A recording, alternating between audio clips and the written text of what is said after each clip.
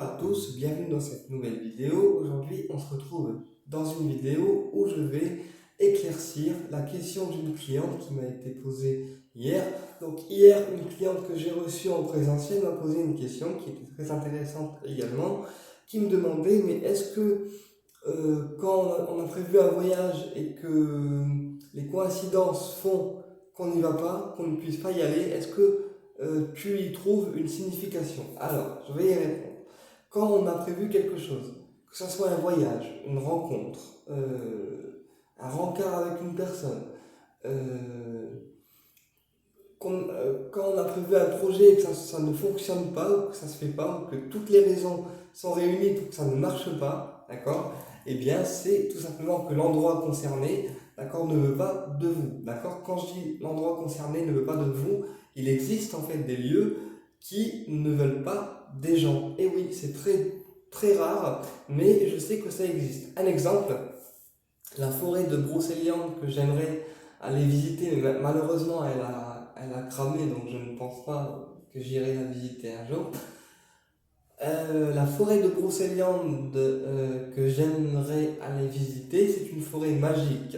Elle est très spirituelle, ce qui signifie que les personnes qui n'ont pas de capacité spirituelle la verront comme une simple forêt, alors que les personnes qui ont une capacité spirituelle la verront comme une forêt magique dans le sens où ils auront l'énergie de la forêt et ils auront en plus les perceptions médiumniques et ils verront tout ce qui est les elfes, tout ce qui est le petit peuple, tout ce qui est les autres guides en fait qu'on peut voir, les lutins, etc.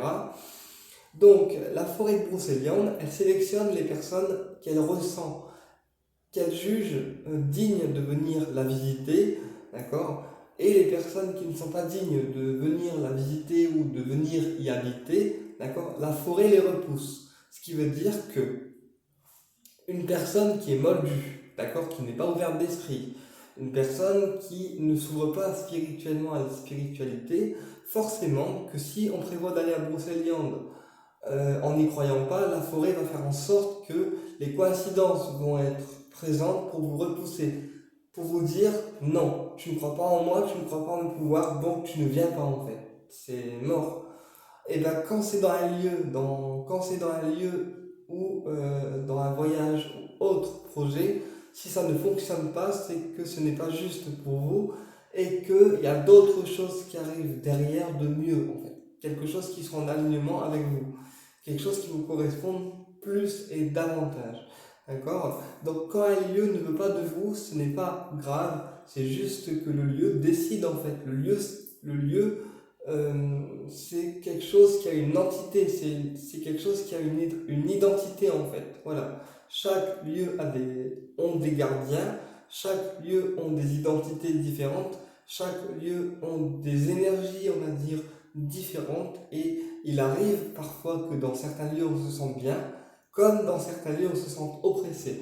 Auquel cas, c'est soit signe de pollution, donc que le lieu est très très pollué, soit signe que le lieu où vous voulez aller ne veut pas en fait de vous, tout simplement. Ok? Et c'est pareil dans une relation, quand on sent que la communication elle passe correctement avec une personne, d'accord? C'est signe que les guides sont ok avec la relation que vous avez, que la relation est juste et qu'elle vibre avec vous. Ok? Par contre, si on a une personne en face de soi et qu'on sent que malgré les efforts qu'on fait pour aller vers elle, malgré la communication qu'on essaye d'installer, la complicité qu'on essaye d'installer, que ça ne marche pas, eh bien c'est que la personne n'est pas en fait juste pour vous.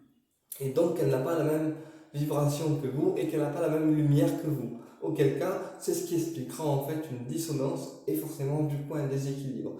Et c'est ce qui expliquera aussi que vous, les guides vont faire tout ce qu'il faut pour vous ralentir en fait. Parce que les guides savent ce qui est juste pour nous ou pas. Et parfois, ce qui est juste pour nous, c'est pas forcément ce qu'on veut, c'est ce qui vibre en fait le plus avec nous.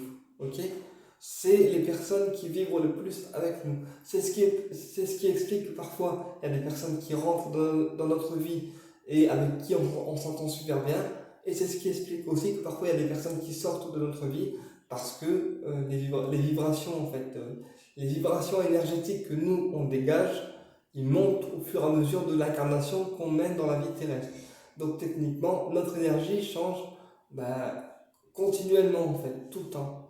Ok. Et forcément, les personnes qui ne sont plus alignées avec nous, ils partent, d'accord. Et d'autres qui sont en alignement avec nous et nos croyances, etc., ils restent. Ok, donc ça c'est pour les lieux et les personnes.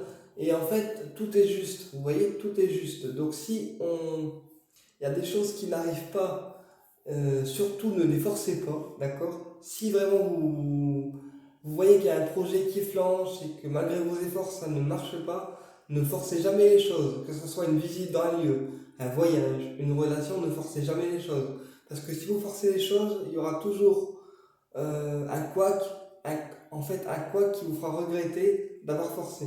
Il y aura toujours quelque chose si vous forcez qui fera que vous regretterez en fait d'avoir forcé. Alors que si on laisse couler les choses de manière naturelle, eh bien les choses se font de manière en fait complètement fluide. Alors que si on force quelque chose qui ne doit pas arriver et quelque chose qui n'est pas juste en fait pour nous, là on risque de se reprendre des énergies un petit peu négatives. Ok? C'est comme quand des personnes veulent attaquer des personnes sans raison au niveau énergétique, d'accord. Comme on rentre dans le libre arbitre de la personne concernée, forcément c'est considéré là-haut comme une attaque. Ok.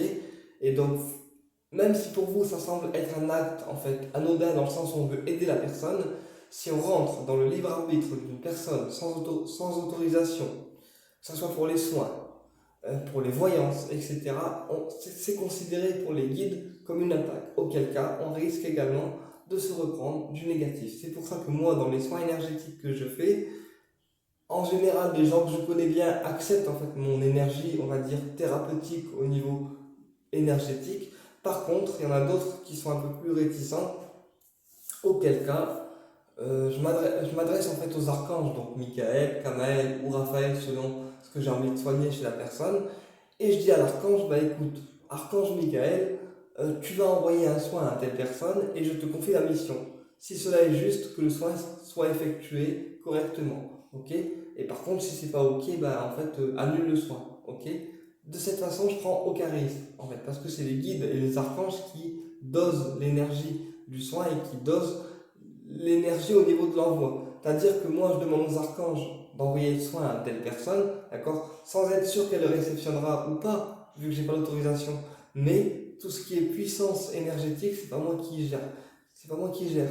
En fait, c'est l'archange qui décide de la puissance énergétique à mettre chez la personne pour obtenir un résultat, si cela est juste. Voilà. Eh bien écoutez, j'espère que cette vidéo vous a plu et je vous dis à très bientôt pour une prochaine vidéo et au plaisir de vous retrouver.